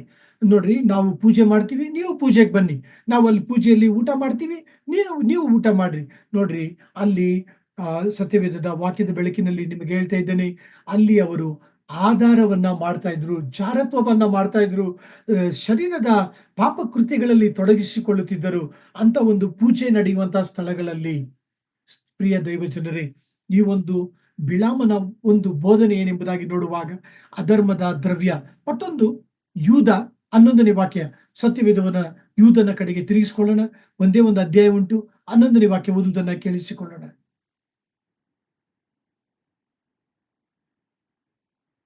ಪ್ರಕಟಣೆ ಗ್ರಂಥದ ಮುಂಚೆ ಯೂದ. ಅವರ ಗ- ಅವರ ಗತಿಯನ್ನು ಏನು ಹೇಳಲಿ? ಇವರು ಕಾಯಿನನ ಮಾರ್ಗವನ್ನು ಹಿಡಿದವರು, ದ್ರವ್ಯ ಸಂಪಾದನೆಗೋಸ್ಕರ ಬಿಳಾಮನ ಭ್ರಾಂತಿಯಲ್ಲಿ ಪೂರ್ಣವಾಗಿ ಮುನುಗಿದವರು, ಕೊರಹನಂತೆ ಎದುರು ಮಾತುಗಳನ್ನಾಡಿ ನಾಶವಾಗಿ ಹೋಗತಕ್ಕವರು ಆಗಿದ್ದಾರೆ ಎಂಬುದು. ಗಮನಿಸಿರಿ, ಈ ಬಿಳಾಮನನ ಕುರಿತು ಪುನಃ ದೇವರು ಹೇಳ್ತಾ ಇದ್ದಾನೆ, ಅಧರ್ಮದ ದ್ರವ್ಯವನ್ನ ಆತನು ಬಯಸಿದನು. ಮಾತ್ರವಲ್ಲ ಪ್ರಿಯರೇ, ಇವನು ಈ ಒಂದು ಸುಳ್ಳು ಪ್ರವಾದಿ ಇಸ್ರೇಲ್ ಮಕ್ಕಳು ದೇವರ ಮಕ್ಕಳು, ಇಸ್ರೇಲ್ ಮಕ್ಕಳನ್ನ ಆಶೀರ್ವದಿಸಿದೆ ದೇವರ ಇಷ್ಟ ಎಂಬುದಾಗಿ ತಿಳಿದಿದ್ದರೂ ಕೂಡ ಅವನು ಆ ಒಂದು ಅಧರ್ಮದ ದ್ರವ್ಯಕ್ಕೋಸ್ಕರವಾಗಿಯೂ ಆ ರಾಜನನ್ನ ಮೆಚ್ಚಿಸುವುದಕ್ಕೋಸ್ಕರವಾಗಿಯೂ ಆತನು ಪ್ರಯಾಸ ಪಡುವುದನ್ನು ಕುರಿತು ದೇವರ ವಾಕ್ಯ ಮಾತನಾಡುತ್ತದೆ. ನಾನು ಆಗಲೇ ನಿಮಗೆ ಹೇಳಿದೆ, ಈ ಪೆರ್ಗಮ ಎಂಬ ಹೆಸರಿನ ಅರ್ಥವನ್ನು ನಾವು ನೋಡುವಾಗ, ಗಾಮೋಸ್ ಎಂಬುದಾಗಿ ನೋಡುವಾಗ ಮ್ಯಾರೇಜ್ ಎಂಬುದಾಗಿ, ಪೆರ್ ಪೆರ್ ಎಂಬುದಾಗಿ ನೋಡುವಾಗ ಕಂಪ್ಲೀಟ್ಲಿ ಅಥವಾ ಥರೋಲಿ ಎಂಬುದಾಗಿ ನಾವು ಪದವನ್ನ ಇಲ್ಲಿ ದೇವರ ವಾಕ್ಯದಲ್ಲಿ ಬಳಸಿದ್ದಾರೆ. ಸೊ ಅದರ ಅರ್ಥ ಸಂಪೂರ್ಣವಾಗಿ ಲೋಕದ ಜೊತೆಗೆ ವಿವಾಹವಾದಂಥದ್ದು ಎಂಬುದಾಗಿ ಇದರ ಅರ್ಥ. ಪ್ರಿಯ ದೇವಜನರೇ, ನೀವು ನಾನು ಈ ಲೋಕದ ಎಲ್ಲಾ ವಿಧವಾದಂತ ಕೆಟ್ಟದಾದಂತ ಉಪದೇಶಗಳಿಂದ ಪ್ರಿಯ ದೇವಜನರೇ, ನೀವು ನಾನು ಎಚ್ಚರಿಕೆಯಾಗಿರ್ಬೇಕು. ನಿಮ್ಮ ಆತ್ಮೀಯ ಜೀವಿತದಲ್ಲಿ ಈ ಒಂದು ಸಂಗತಿಗಳನ್ನ ನೀವು ಬಹಳವಾಗಿ ತೀವ್ರವಾಗಿ ತೆಗೆದುಕೊಡ್ರಿ. ನೀವು ಯಾವ ಸಭೆಗೆ ಹೋಗ್ತೀರಾ? ಯಾವ ವಾಕ್ಯವನ್ನ ನೀವು ಕೇಳ್ತೀರಾ? ಯಾರು ನಿಮಗೆ ಉಪದೇಶ ಮಾಡ್ತಾ ಇದ್ದಾರೆ? ಏನು ಉಪದೇಶ ಮಾಡ್ತಾ ಇದ್ದಾರೆ? ಅವರು ಮಾಡುವಂತ ಉಪದೇಶ ಈ ಒಂದು ಪರಿಶುದ್ಧ ವಾಕ್ಯಗಳಿಗೆ ಸರಿಯಾದಂತ ಉಪದೇಶವಾ? ಅವರು ಸರಿಯಾಗಿ ದೇವರ ವಾಕ್ಯದ ಬೆಳಕಿನಲ್ಲಿ ಉಪದೇಶ ಮಾಡ್ತಾ ಇದ್ದಾರಾ? ಅವರು ನಿಜವಾದ ಬೋಧನೆಯನ್ನ ಮಾಡ್ತಾ ಇದ್ದಾರಾ? ಅಥವಾ ಸುಳ್ಳು ಬೋಧನೆಯನ್ನ ಮಾಡ್ತಾ ಇದ್ದಾರಾ? ಅಥವಾ ಆ ಆ ಒಂದು ತಾತ್ಕಾಲಿಕವಾದಂತ ಬೋಧನೆಗಳು, ನೀವು ಯೇಸುಸ್ವಾಮಿಯ ಬಳಿಗೆ ಬಂದ್ರೆ ನಿಮಗೆ ಮದುವೆ ಆಗುತ್ತದೆ, ನಿಮಗೆ ಯೇಸುಸ್ವಾಮಿಯ ಬಳಿಗೆ ಬಂದ್ರೆ ಕಷ್ಟನೇ ಬರೋದಿಲ್ಲ, ನಿಮಗೆ ಯೇಸುಸ್ವಾಮಿ ಬಳಿ ಬಂದ್ರೆ ಗಂಟು ಸಿಗುತ್ತೆ. ಪ್ರಿಯ ದೈವ ಜನರೇ, ಯಾವ ರೀತಿಯಾದ ಬೋಧನೆಗಳನ್ನ ನೀವು ಕೇಳುತ್ತಿದ್ದೀರಿ? ಬಿಳಾಮನ ಬೋಧನೆ. ಹೌದು ಪ್ರಿಯ ದೈವ ಜನರೇ, ನಾವು ಕೇಳುವಂತ ಸಂದೇಶ, ನಾವು ಹೋಗುವಂತ ಸಭೆ, ನಾವು ಧ್ಯಾನಿಸುವಂತ ವಾಕ್ಯ ಬಹಳ ಪ್ರಾಮುಖ್ಯತೆಯನ್ನು ಕೊಡ್ರಿ. ಬೆರೆಯ ವಿಶ್ವಾಸಿಗಳು ಪೌಲನ ಉಪದೇಶವನ್ನ ಕೇಳಿ ಅವರು ದೇವರ ವಾಕ್ಯವನ್ನ ತೆಗೆದು ಅವರು ಪರೀಕ್ಷಿಸುತ್ತಿದ್ದರು ಮತ್ತು ನಂಬಿಕೆಯಲ್ಲಿ ಬೆಳೆದರು. ನೀವು ನಾನು ಕೂಡ ದೇವರ ವಾಕ್ಯದಲ್ಲಿ ಆ ರೀತಿಯಾಗಿ ಬೆಳೆಯುವಂತೆ ಕರ್ತನು ಸಹಾಯ ಮಾಡಲಿ. ನನ್ನ ಧ್ಯಾನವನ್ನ ಮುಂದಕ್ಕೆ ತೆಗೆದುಕೊಂಡು ಹೋಗುತ್ತಾ ಮತ್ತೊಂದು ಸುಳ್ಳು ಬೋಧನೆಯನ್ನ ಇಲ್ಲಿ ಸೈತಾನನು ಅವರ ಮಧ್ಯದಲ್ಲಿ ತಂದನು. ಅದರ ಹೆಸರು ನಿಕೋಲಾಯತರ ಬೋಧನೆ. ನಿಕೋ ಎಂಬುದಾಗಿ ನೋಡುವಾಗ ಜನರು ಎಂಬುದಾಗಿ ಅರ್ಥ, ಲಾವ ಎಂಬುದಾಗಿ ನೋಡುವಾಗ ಆಳುವವನು ಎಂಬುದಾಗಿ ಅರ್ಥ. ನಿಕೋಲಾಯಿತರ ಉಪದೇಶ ಹೇಗೆ? ಅದು ರೋಮನ್ ಕಥೋಲಿಕ್ ಸಭೆಯಲ್ಲಿ ಅದನ್ನು ಅನುಸರಿಸುತ್ತಿದ್ದಾರೆ. ಒಬ್ಬ ವ್ಯಕ್ತಿ ಉಪದೇಶ ಮಾಡಬೇಕು, ಎಲ್ಲರೂ ಆತನ ಮಾತನ್ನ ಅನುಸರಿಸಬೇಕು. ಪ್ರಿಯರೇ, ಇದರ ಒಂದು ಬೋಧನೆಯನ್ನ ನಾವು ಗಮನಿಸುವಾಗ 15ನೇ ವಾಕ್ಯದಲ್ಲಿ ನೀವುಗಳು ಗಮನಿಸುವುದಾದರೆ, ಪ್ರಕಟಣೆ ಗ್ರಂಥ 15ನೇ ಅಧ್ಯಾಯದ ವಾಕ್ಯದಲ್ಲಿ ಸಿಸ್ಟರ್ ದಯಮಾಡಿ ಓದ್ತೀರಾ? ಹಾ ಬ್ರದರ್. ಹಾಗೆಯೇ ನಿಕೋಲಾಯಿತರ ಬೋಧನೆಯನ್ನು ಅವಲಂಬಿಸಿರುವವರು ನಿಮ್ಮಲ್ಲಿದ್ದಾರೆ. ಸೊ ಪ್ರಿಯರೇ, ಈ ಬೋಧನೆ ಎಂತ ಬೋಧನೆ? ಈ ಬೋಧನೆ, ನೀನು ಯೇಸುಸ್ವಾಮಿಯನ್ನು ನಂಬು, ದೇವರನ್ನು ಆರಾಧಿಸು ಮತ್ತು ರೋಮ ಚಕ್ರವರ್ತಿಯನ್ನು ಆರಾಧಿಸು. ನೀನು ಯೇಸುಸ್ವಾಮಿಯನ್ನು ಆರಾಧಿಸು, ನೀನು ದೇವತೆಗಳನ್ನು ಕೂಡ ಆರಾಧಿಸು. ನೀನು ಲೋಕವನ್ನು ಪ್ರೀತಿಸು, ದೇವರನ್ನು ಪ್ರೀತಿಸು. ಪ್ರಿಯ ದೇವ ಜನರೇ, ಇನ್ನೊಂದು ಅರ್ಥದಲ್ಲಿ ಸರಳವಾಗಿ ನಾವು ಅರ್ಥ ಮಾಡಿಕೊಳ್ಳಬೇಕಾದರೆ, ಈ ನಿಕೋಲಾಯಿತರ ಬೋಧನೆ ವಿಶ್ವಾಸಿಗಳನ್ನ ಸೈತಾನನ ಅಧಿಕಾರದ ಕೆಳಗೆ ತರುವಂತ ಒಂದು ಬೋಧನೆಯಾಗಿತ್ತು. ಆದ ಕಾರಣ ವಾಕ್ಯವನ್ನ ಆಲಿಸುತ್ತಿರ್ತಕ್ಕಂಥ ಪ್ರಿಯ ದೈವಜನರೇ, ನೀವು ನಾನು ನಮ್ಮ ಆತ್ಮೀಯ ಜೀವಿತದಲ್ಲಿ ಜಾಗರೂಕರಾಗಿರೋಣ. ಇಂಥ ನೋಡ್ರಿ, ಅಂತಿಪನು ಹತಸಾಕ್ಷಿ ಆದರೂ ಕೂಡ ನಂಬಿಕೆಯಲ್ಲಿ ನಿಂತರು. ಬಿಳಾಮನ ಬೋಧನೆಯನ್ನು ಕೇಳಿದರೂ ಕೂಡ ಅವರು ಯೇಸು ಕ್ರಿಸ್ತನಿಗಾಗಿ ನಿಂತರು. ಮತ್ತೆ ತಾವು ಈ ವಾಕ್ಯ ಭಾಗದಲ್ಲಿ ನಿಕೋಲಾಯಿತರ ಬೋಧನೆಯನ್ನು ಅವರು ಕೇಳಿದಾಗಲೂ ಕೂಡ ಯೇಸು ಕ್ರಿಸ್ತನಿಗಾಗಿ ನಂಬಿಕೆಯಿಂದ ನಿಂತರು. ಪ್ರಿಯ ದೈವಜನರೇ, 3 ಆಶೀರ್ವಾದಗಳನ್ನ ಈ ಒಂದು ಧ್ಯಾನದಲ್ಲಿ ನಿಮ್ಮ ಗಮನಕ್ಕೆ ತಂದು ಈ ದಿನ ಈ ಪೆರ್ಗಮ ಸಭೆಯ ವಿಷಯದಲ್ಲಿ ಧ್ಯಾನವನ್ನು ಮುಗಿಸಿ, ಕರ್ತನ ಚಿತ್ತವಿರುವುದಾದರೆ ಮುಂದಿನ ದಿನ ತುವತೇರ ಸಭೆಯನ್ನ ನಿಮ್ಮ ಮಧ್ಯದಲ್ಲಿ ಧ್ಯಾನಿಸಲು ಬಯಸುತ್ತೇನೆ. ಕರ್ತನ ಒಂದು ಪ್ರೋತ್ಸಾಹದ ಪೆರ್ಗಮದ ಸಭೆಯ ವಾಕ್ಯಗಳೇನು? ಮೊದಲನೇದಾಗಿ ಕರ್ತನು ಆ ಸಭೆಗೆ ಏನನ್ನು ತಿಳಿಸುತ್ತಿದ್ದಾನೆ? ದೇವರ ಕಡೆಗೆ ತಿರುಗಿಕೋ. ಪ್ರಿಯ ದೈವಜನರೇ, ನೀವು ನಾನು ದೇವರ ಕಡೆಗೆ ತಿರುಗಿಕೊಳ್ಳಬೇಕು. ಅದರ ಅರ್ಥವೇನು? ನಾನು ದೇವರಿಗೆ ವಿರುದ್ಧವಾದ ಮಾರ್ಗದಲ್ಲಿ ನಡೆಯುತ್ತಿರುವುದಾದರೆ, ಪಾಪದ ಜೀವಿತ ಜೀವಿಸುತ್ತಿರುವುದಾದರೆ ನಾನು ದೇವರಿಗೆ ತಿಳಿಸಬೇಕು, ದೇವರೇ ನನ್ನನ್ನು ಕ್ಷಮಿಸು, ನನ್ನ ಜೀವಿತ ನಿನಗೆ ಮೆಚ್ಚುಗೆ ಆಗಿಲ್ಲ, ನನ್ನಲ್ಲಿ ಪಾಪವಿದೆ, ನಿನ್ನ ರಕ್ತದಿಂದ ನನ್ನನ್ನು ತೊಳೆ, ನಾನು ನಿನ್ನ ಮಾರ್ಗದಲ್ಲಿ ನಡೆಯುವಂತೆ ಸಹಾಯ ಮಾಡು, ನಿನ್ನ ಹಾದಿಯಲ್ಲಿ ನಾನು ನಡೆಯುವಂತೆ ಸಹಾಯ ಮಾಡು, ನಿನ್ನನ್ನು ಹಿಂಬಾಲಿಸಲು ಸಹಾಯ ಮಾಡು. ಇದೇ ಪಶ್ಚಾತ್ತಾಪದ ಜೀವಿತ. ದೇವರ ವಾಕ್ಯ ಹೇಳ್ತದೆ, ದೇವರ ಕಡೆಗೆ ತಿರುಗಿಕೋ. ಸೊ ತಿರುಗಿಕೊಳ್ಳುವಾಗ ದೇವರು ಕೊಡುವಂತ 3 ಆಶೀರ್ವಾದಗಳು. ಮೊದಲನೆಯ ಆಶೀರ್ವಾದ 17ನೇ ವಾಕ್ಯ ಓದುವುದನ್ನು ಕೇಳಿಸಿಕೊಳ್ಳೋಣ. ದೇವರಾತ್ಮನು ಸಭೆಗಳಿಗೆ ಹೇಳುವುದನ್ನು ಕಿವಿಯುಳ್ಳವನು ಕೇಳಲಿ. ಯಾವನು ಜಯ ಹೊಂದುತ್ತಾನೋ ಅವನಿಗೆ ಬಚ್ಚಿಟ್ಟಿರುವ ಮನ್ನವೆಂಬ ಆಹಾರವನ್ನು ಕೊಡುವೆನು. ಇದಲ್ಲದೆ ಅವನಿಗೆ ಬಿಳಿ ಕಲ್ಲನ್ನು, ಆ ಕಲ್ಲಿನ ಮೇಲೆ ಕೆತ್ತಿದ ಹೊಸ ಹೆಸರನ್ನು ಕೊಡುವೆನು. ಆ ಹೆಸರನ್ನು ಹೊಂದಿದವನಿಗೆ ಹೊರತು ಅದು ಇನ್ನಾರಿಗೂ ತಿಳಿಯದು ಎಂಬುದೇ. 3 ಆಶೀರ್ವಾದಗಳು. ಮೊದಲನೇ ಆಶೀರ್ವಾದ ಬಚ್ಚಿಟ್ಟಿರುವ ಮನ್ನ ಎಂಬುದಾಗಿ ದೇವರು ಹೇಳ್ತಾ ಇದ್ದಾನೆ. 2ನೇ ಆಶೀರ್ವಾದ ಬಿಳಿ ಕಲ್ಲನ್ನು ಕೊಡ್ತೇನೆ ಎಂಬುದಾಗಿ ಹೇಳ್ತಾ ಇದ್ದಾನೆ. 3ನೇ ಆಶೀರ್ವಾದ ಹೊಸ ಹೆಸರನ್ನ ಆತನು ಕೊಡುತ್ತೇನೆ ಎಂಬುದಾಗಿ ಹೇಳ್ತಾನೆ. ಪೆರ್ಗಮ ಸಭೆಯ ವಿಶ್ವಾಸಿಗಳು ಕರ್ತನಿಗೋಸ್ಕರವಾಗಿ ಜೀವಿಸುವಾಗ, ಕರ್ತನಿಗೋಸ್ಕರವಾಗಿ ನಿಂತುಕೊಳ್ಳುವಾಗ ಅವರನ್ನು ಕರ್ತನು 3 ವಿಧವಾದ ಆಶೀರ್ವಾದಗಳಿಂದ ಆಶೀರ್ವದಿಸಿದನು. ಪ್ರಿಯ ದೈವಜನರೇ, ಈ ಲೋಕದಲ್ಲಿ ನೀವು ನಾನು ಈ ಸಭೆಯ ವಿಶ್ವಾಸಿಗಳಾಗಿ ಕರ್ತನಿಗೆಂದು ನಾವು ಜೀವಿಸುವುದಾದರೆ ಈ 3 ಆಶೀರ್ವಾದಗಳನ್ನ ನಮ್ಮೆಲ್ಲರ ಜೀವಿತದಲ್ಲಿ ಕರ್ತನು ದಯಪಾಲಿಸುವಾತನಾಗಿದ್ದಾನೆ. ಮೊದಲನೇ ಆಶೀರ್ವಾದವನ್ನ ನಾವು ಧ್ಯಾನಿಸುವುದಕ್ಕೆ ಮುಂಚೆ ಕಿವಿಯುಳ್ಳವನು ಕೇಳಲಿ. ನೀವು ನಾನು ದೇವರ ವಾಕ್ಯವನ್ನ ಹೇಗೆ ಕೇಳಿಸಿಕೊಳ್ಳಬೇಕು? ನಮ್ಮ ಕಿವಿಯಿಂದ ಮಾತ್ರವಲ್ಲ, ನಮ್ಮ ಆತ್ಮೀಯ ಕಿವಿಗಳಿಂದ ನಾವು ಕೇಳಿಸಿಕೊಳ್ಳಬೇಕು. ಹೇಗೆ ಕೇಳಿಸಿಕೊಳ್ಳಬೇಕು?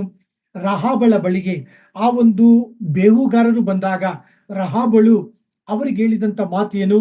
ನಿಮ್ಮ ದೇವರೇ ಸತ್ಯ ದೇವರು, ನಿಮ್ಮ ದೇವರು ಒಂದು ಕಡಲನ್ನು ಬತ್ತಿ ಹೋಗುವಂತೆ ಮಾಡಿದನು, ಆಕಾಶದಲ್ಲಾಗಲಿ ಭೂಮಿಯಲ್ಲಾಗಲಿ ನಿಮ್ಮ ದೇವರ ಹೊರತು ಬೇರೆ ದೇವರಿಲ್ಲ ಎಂಬುದಾಗಿ ನಾನು ನಂಬಿದ್ದೇನೆ ಎಂಬುದಾಗಿ ಯಾಕೆ ಹೇಳಿದಳು? ನೀವು ನಾನು ದೇವರ ವಾಕ್ಯವನ್ನ ಆ ರೀತಿಯಾದಂತ ನಂಬಿಕೆ, ಆ ರೀತಿಯಾದಂತ ಏಕಾಗ್ರತೆಯಿಂದ ನಾವು ಕೇಳಿಸಿಕೊಳ್ಳಬೇಕು. ಸೊ ಬಚ್ಚಿಟ್ಟಿರ್ತಕ್ಕಂಥ ಮನ್ನಾ ಎಂಬುದಾಗಿ ನೋಡುವಾಗ ಇಸ್ರೇಲ್ ಮಕ್ಕಳು ತಮ್ಮ ಅರಣ್ಯ ಪ್ರಯಾಣದಲ್ಲಿ 40 ವರ್ಷಗಳ ಕಾಲ ದೇವರು ಅವರಿಗೆ ಮನ್ನವನ್ನ ಕೊಟ್ಟಿದ್ದನು. ಅವರ ಆಹಾರಕ್ಕೋಸ್ಕರವಾಗಿ ಈ ಮನ್ನ ಹೇಗಿತ್ತು ಎಂಬುದಾಗಿ ನೋಡುವಾಗ ರುಚಿಯಲ್ಲಿ ಜೇನು ಕಲಸಿದಂತ, ಜೇನು ಆ ಒಂದು ಮನ್ನದಲ್ಲಿ ಕಲಸಿದಂತ ಆ ಒಂದು ರುಚಿಗೆ ಅದು ಸಾದೃಶ್ಯವಾಗಿತ್ತು. ನಿಮ್ಮ ತುಟಿಗಳನ್ನ ರುಚಿಯ ಕಡೆಗೆ ನಾನು ತಿರುಗಿಸಲು ಬಯಸುತ್ತೇನೆ. ನೀವು ವಾಸ ಮಾಡುವಂತ ಸ್ಥಳಗಳಲ್ಲಿ ಅನೇಕ ವಿಧವಾದಂತ ಈ ಬ್ರೆಡ್ಗಳನ್ನ ನೀವು ತಿಂದಿರಬಹುದು. ಉದಾಹರಣೆಗಾಗಿ ನೀವು ಬೆಳಗಾವಿಗೆ ಹೋಗುವಾಗ ಟೇಸ್ಟ್ ವೆಲ್ ಅಲ್ಲಿ ಗೀ ಕೇಕ್ ಅನ್ನ ಅವರು ಕೊಡುವಂತವರಾಗಿದ್ದಾರೆ.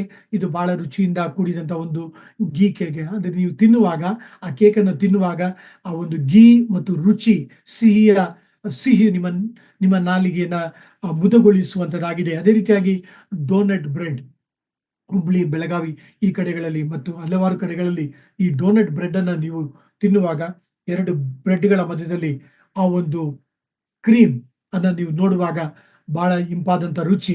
ಆ ರುಚಿಯನ್ನ ನೋಡುವಾಗ ಈ ಲೌಕಿಕ ರುಚಿ, ಆದರೆ ಇಲ್ಲಿ ತಿಳಿಸುವಂತ ಮನ್ನವನ್ನು ನೋಡುವಾಗ ಅದರ ರುಚಿ ಜೇನಿನಲ್ಲಿ ಕಲಸಿದಂತ ರುಚಿಯಾಗಿತ್ತು. ಇದರ ಅರ್ಥವೇನು?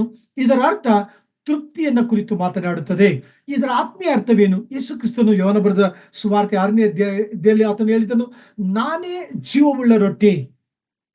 ನಿಮ್ಮ ತಂದೆ ತಾಯಿಗಳು ಪಿತೃಗಳು ಮೋಶೆ ಕೊಟ್ಟಂತ ಮನ್ನವನ್ನ ರೊಟ್ಟಿಯನ್ನು ತಿಂದರು, ಅವರು ಸತ್ತು ಹೋದರು. ಆದರೆ ನಾನು ಕೊಡುವಂತ ರೊಟ್ಟಿ ನೀವು ತಿಂದರೂ ಕೂಡ ಸಾಯುವುದಿಲ್ಲ. ನಾನಾದರೂ ಅವುಗಳಿಗೆ ಜೀವ ಇರಬೇಕೆಂತಲೂ ಜೀವ ಸಮೃದ್ಧಿಯಾಗಿ ಇರಬೇಕೆಂತಲೂ ಬಂದೆನೆಂಬುದಾಗಿ ಯೇಸು ಸ್ವಾಮಿ ತಿಳಿಸ್ತಾ ಇದ್ದಾನೆ. ನನ್ನನ್ನು ಭುಜಿಸುವವನು ಸದಾಕಾಲ ಜೀವಿಸುತ್ತಾನೆಂಬುದಾಗಿ ಯೇಸು ಸ್ವಾಮಿ ತಿಳಿಸಿದ್ದಾರೆ. ಪ್ರಿಯ ದೈವಜನರೇ, ಈ ಲೋಕದಲ್ಲಿ ನಿಮಗೆ ನನಗೆ ನಿಜವಾದ ತೃಪ್ತಿಯನ್ನ ಕರ್ತನಾದ ಯೇಸು ಕ್ರಿಸ್ತನು ಕೊಡುವಾತನಾಗಿದ್ದಾನೆ. ಈ ಮನ್ನ, ಬಚ್ಚಿಟ್ಟಿರ್ತಕ್ಕಂಥ ಮನ್ನ ಯಾವುದಕ್ಕೆ ಸಾದೃಶ್ಯವಾಗಿದೆ? ಹಳೆ ಒಡಂಬಡಿಕೆಯಲ್ಲಿ ಯಾವಾಗ ಈ ಮನ್ನವನ್ನ ಆ ದೇವದರ್ಶನ ಗುಡಾರದ ಒಳಗಡೆ ಇಟ್ಟರೋ ಆಗ ಅದು ಬಚ್ಚಿಟ್ಟಿರ್ತಕ್ಕಂಥ ಮನ್ನ ಎಂಬುದಾಗಿ ಕರೆಯಲ್ಪಡುತ್ತದೆ. ಸೊ ಆದ ಕಾರಣ ಈ ಸ್ವಾಮಿ ಈ ವಾಕ್ಯ ಭಾಗದಲ್ಲಿ ಬಚ್ಚಿಟ್ಟಿರ್ತಕ್ಕಂಥ ಮನ್ನ ಎಂಬುದಾಗಿ ಬಳಸುತ್ತಿದ್ದಾರೆ. ಪ್ರಿಯ ದೈವಜನರೇ, ಇಲ್ಲಿ ಒಂದು ಆತ್ಮೀಯ ಸಂಗತಿಯನ್ನ ನಿಮಗೆ ಹೇಳಿ ನನ್ನ ಧ್ಯಾನದಲ್ಲಿ ಮುಂದಕ್ಕೆ ಹೋಗಲು ಬಯಸುತ್ತೇನೆ. ನನ್ನ ಜೀವಿತದಲ್ಲಿ ಬೆಳಗಾವಿಯಲ್ಲಿ ಮಾರುವಂತ ಗೀ ಕೇಕ್ ತೃಪ್ತಿ ಕೊಡಲ್ಲ, ಡೋನಟ್ ಬ್ರೆಡ್ ತೃಪ್ತಿ ಕೊಡೋದಿಲ್ಲ, ಮತ್ತು ನಾವು ಭುಜಿಸುವಂತ ಆಹಾರಗಳು ತೃಪ್ತಿಯನ್ನ ಕೊಡುವುದಿಲ್ಲ. ಕರ್ತನಾದ ಯೇಸು ಕ್ರಿಸ್ತನು ಕೊಡುವಂತ ಆತ್ಮೀಯ ಆಹಾರ ನಮಗೆ ತೃಪ್ತಿಯನ್ನ ಕೊಡುವಂತದ್ದಾಗಿದೆ. ಎರಡನೆಯ ಒಂದು ವರವನ್ನ ನೋಡುವಾಗ, ಉಡುಗೊರೆಯನ್ನ ನೋಡುವಾಗ ದೇವರ ವಾಕ್ಯ ಹೇಳುತ್ತದೆ, ಅವನಿಗೆ ಬಿಳಿ ಕಲ್ಲನ್ನ ನಾನು ಕೊಡುವೆನೆಂಬುದಾಗಿ. ಪ್ರಿಯರೇ, ಈ ಬಿಳಿ ಕಲ್ಲು ಹಳೆ ಒಡಂಬಡಿಕೆಯಲ್ಲಿ ನೀವು ನೋಡುವಾಗ ಇದು ಊರಿಮ್ ಮತ್ತು ತುಮ್ಮಿಮಿಗೆ ಕುರಿತು ಈ ವಾಕ್ಯ ಭಾಗ ಮಾತನಾಡುವಂತದ್ದಾಗಿದೆ. ದಯಮಾಡಿ ನಿಮ್ಮ ಸತ್ಯವೇದದಲ್ಲಿ ಗುರುತಿಸಿಕೊಡ್ರಿ. ವಿಮೋಚನಾ ಕಾಂಡ 28ನೇ ಅಧ್ಯಾಯ 15 ಮತ್ತು 30ನೇ ವಾಕ್ಯ, ಲೆವಿಟಿಕಸ್ ಯಾಜಕ ಕಾಂಡ 8ನೇ ಅಧ್ಯಾಯ 8ನೇ ವಾಕ್ಯ. ಈ ವಾಕ್ಯ ಭಾಗಗಳಲ್ಲಿ ಈ ಒಂದು ಊರಿಮ್ ಮತ್ತು ತುಮ್ಮಿಮ್, ಈ ಕಲ್ಲುಗಳು ಏನನ್ನು ಕುರಿತು ಮಾತನಾಡುತ್ತದೆ? ಈ ಕಲ್ಲುಗಳು ದೇವರ ಚಿತ್ತವನ್ನ ಕುರಿತು ಮಾತನಾಡುತ್ತದೆ. ಈ ಕಲ್ಲುಗಳು ದೇವರ ಉದ್ದೇಶವನ್ನ ಕುರಿತು ಮಾತನಾಡುತ್ತದೆ. ಅದೇ ರೀತಿಯಾಗಿ ದೇವರು ಈ ಕಲ್ಲನ್ನ ಈ ಒಂದು ಮುಂದಿನ ದಿನಗಳಲ್ಲಿ ತನ್ನ ಮಕ್ಕಳಿಗೆ ಕೊಡುವಂತ ಅದರ ಅರ್ಥವೇನು? ರೋಮ ಒಂದು ಪದ್ಧತಿಯ ಪ್ರಕಾರ, ಅವರ ಒಂದು ಪದ್ಧತಿಯ ಪ್ರಕಾರ ಇದನ್ನು ನಾವು ನೋಡುವಾಗ, ಕ್ರೀಡೆಯಲ್ಲಿ ಯಾರು ಜಯವನ್ನ ಹೊಂದುತ್ತಾರೋ, ವಿಜೇತರಾಗುತ್ತಾರೋ ಅವರಿಗೆ ಈ ಕಲ್ಲನ್ನ ಅವರು ಕೊಡುವಂತವರಾಗಿದ್ದಾರೆ. It is nothing but a pass. ಇದು ಒಂದು ಪಾಸ್ ಆಗಿ, ಪ್ರವೇಶದ ಪತ್ರವಾಗಿ, ಚೀಟಿಯಾಗಿ ಅವರಿಗೆ ಕೊಡಲ್ಪಡುವಂತದ್ದಾಗಿದೆ.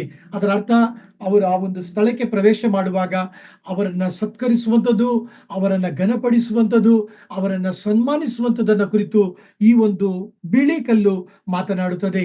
ಹೌದು ಪ್ರಿಯ ದೈವಜನರೇ, ಕರ್ತನಾದ ಯೇಸು ಕ್ರಿಸ್ತನು ತನ್ನ ಸಮಕ್ಷಮದಲ್ಲಿ ನಿಮ್ಮನ್ನು ನನ್ನನ್ನು, ದೇವರ ಮಕ್ಕಳಾದಂಥ ಪ್ರತಿ ಮಕ್ಕಳನ್ನು ಆತನು ಸತ್ಕರಿಸುವಂತವನಾಗಿದ್ದಾನೆ. ಆತನ ಸಮಕ್ಷಮಕ್ಕೆ ನಮಗೆ ಪ್ರವೇಶವನ್ನ ಆತನು ದೊರಕಿಸುವಾತನಾಗಿದ್ದಾನೆ.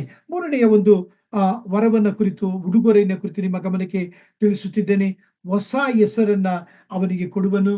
ಆ ಹೆಸರನ್ನು ಹೊಂದಿದವನಿಗೆ ಹೊರತು ಮತ್ತಾರಿಗೂ ಅದು ತಿಳಿಯದೆಂಬುದಾಗಿ ಕರ್ತನು ತಿಳಿಸುತ್ತಿದ್ದಾನೆ. ಡ್ಯೂಟ್ರಾನಮಿ 29:29, ಧರ್ಮೋಪದೇಶ ಕಾಂಡ 29ನೇ ಅಧ್ಯಾಯ 29ನೇ ವಾಕ್ಯ. ಇದರ ವಿವರಣೆಯನ್ನ ದೇವರು ಬಯಲುಪಡಿಸಿಲ್ಲ. ಆದ ಕಾರಣ ಅದನ್ನು ನಾವು ತಿಳಿದುಕೊಳ್ಳುವುದು ಅವಶ್ಯವಿಲ್ಲ. ಆದರೆ ನೀವು ನಾನು ದೇವರ ವಾಕ್ಯದ ಬೆಳಕಿನಲ್ಲಿ ತಿಳಿದುಕೊಳ್ಳುವಂತ ಒಂದು ಆತ್ಮೀಯ ಪಾಠವೇನೆಂದರೆ, ಅಬ್ರಾಮ ಎಂಬುದಾಗಿ ದೇವರು ಅವನನ್ನ ಕರೆದು ಅಬ್ರಹಾಮ ಎಂಬುದಾಗಿ ಅವರ ಹೆಸರನ್ನ ಬದಲಾಯಿಸಿದನು.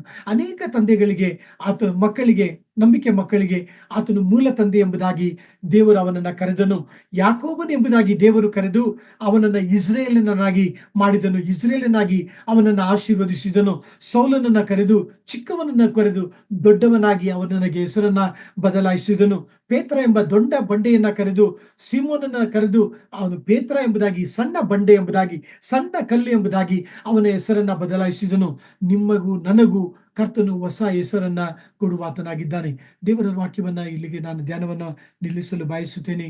ಪ್ರಿಯ ದೈವಜನರೇ, ಪೆರ್ಗಮದ ಸಭೆಯ ಮೂಲಕ ದೇವರು ಅನೇಕ ದಿನಗಳಿಂದ ಮಾತನಾಡುತ್ತಿದ್ದಾನೆ.